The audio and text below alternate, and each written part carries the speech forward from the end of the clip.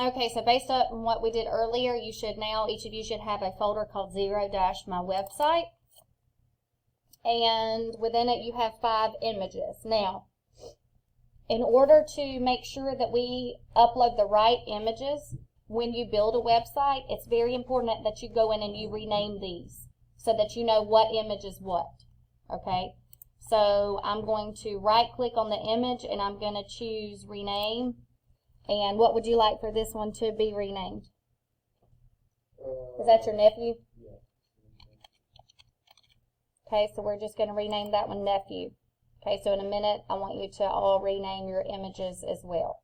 And why do we rename them? So we know which one's which. That's correct. Okay, so we will go to a new tab and we will search for a header. So NFL fan art logo. I'm going to go logo header. And what is so cool is that websites now are so common.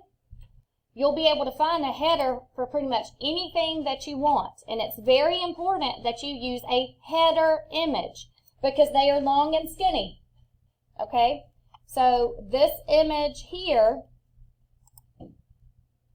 where the dolphin is, see how it looks checkered? Yeah. That's going to be transparent. So that's what that means, where it's transparent. So we're going to go this one up here and use this one for the image that we select. I'm going to double click on it so that I get a larger image. Here, if we saved it, we would save an image that size. Here, if we save it, we're going to save the image a little bit larger. If it's blurry, we might have to find another one, but that's okay.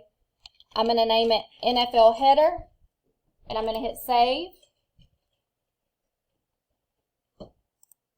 Now I have to come back to my folder, and I have to do what with that image? Yes, we're going to go New. We're going to upload a file.